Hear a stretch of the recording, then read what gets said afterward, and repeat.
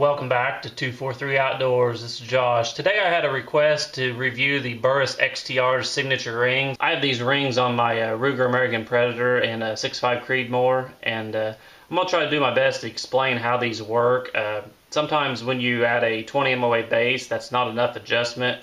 So this is another option out there. There's not a lot of videos or information about how these work on the internet, so I'll try to do the best that I can to explain them. Starting off, they come in this really nice hard plastic Plano case. I'll give you a picture of it here.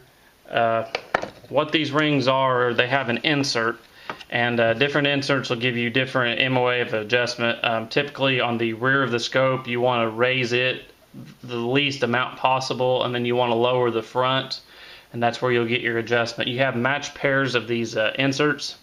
This one, for example, is a -20, and this is a +20. So a -20 and a +20 will go together.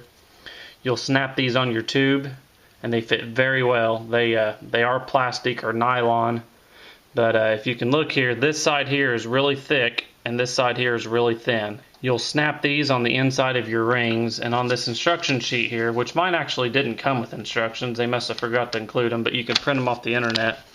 You can see the inside of this ring has this groove in it, and that groove lines everything up. This is just an old 1-inch scope and a 30mm ring here, but basically when you get it, you're tilting your scope, and that rib in there will allow it to move. And then once you tighten everything down, it's locked in tight. I mean, they don't move. They fit very well. They're made very nice. So here on my rifle, I'll give you an example of what I did. You want to raise the back end of your scope the least amount, and then you want to drop the front as much as you can. I decided to go with 30 MOA of adjustment. So what I did on the rear back here is I have a +10 on the bottom and a -10 on the top, and that will raise the back of the scope up 10 minutes. On the front up here, I have a -20 on the bottom and a +20 on the top, and that drops the front of the scope down 20 minutes. When you raise the back 10 and drop the front 20, you end up with 30 MOA of adjustment. After you have that decided, you'll go to this chart here, and my rings are spaced at 4 inches apart, and I use 30 MOA of adjustment, and this will correct your distance. So at my setup, I added 35.57 minutes of adjustment. On my scope is 100 minutes of adjustment up and down. With the stock base, I could dial 42 minutes. I then added the 20 MOA base, so I could dial 62, and then I've added roughly, we'll call it 36 minutes on the rings, so I can now dial 98 minutes. The scope will actually dial 105 up and down, and I'm using 98 of it, so that's a very good setup. I've shot out to a mile with this, and I don't have to do no holdovers. It works very well. This second page of the instructions kind of has an exploded view of what it looks like.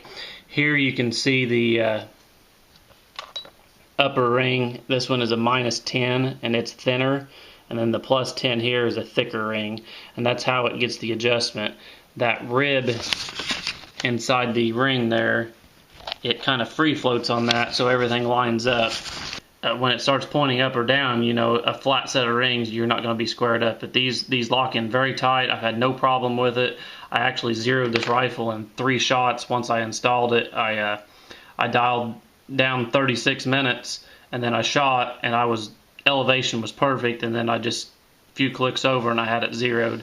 If you're using an older rifle and the base is not true or straight with the rifle or the mounting holes, you can also adjust left and right. That's what some examples here are. They're slightly turned, so they don't have to be square. It'll give you quite a bit of options. You want to read the instructions through and kind of understand what you're doing, but basically it's very simple. It works very well, and they're not much more than any other regular rings. I don't even remember what I gave for them. I think they're around with shipping about $80, $85, and I think the last set of 30mm rings I gave Burris were about $70, so you're looking at about $10 more. Hopefully this will kind of explain to you what these rings are doing. Just remember, when you're mounting them, you'll want a good torque wrench. You'll want like a fat wrench or something. I also Loctite everything down. I don't see myself taking this off anytime soon. I got it set up pretty much how I wanted it, so You know, 20 inch-pounds is about as good as you want on the top, and I think these sides were about 30 or 35. You can read in the instructions, I'll let you know. But any other questions about how these work, leave them in the comments and I'll try to get back to you. But they're fairly simple and they work very well. They've held up real good. I've probably shot 150 to 200 rounds with them. I've had no issues with holding zero or anything, but they're spot on. They're a really good product and I really recommend them. So I want to thank everybody for watching, and we will catch you later.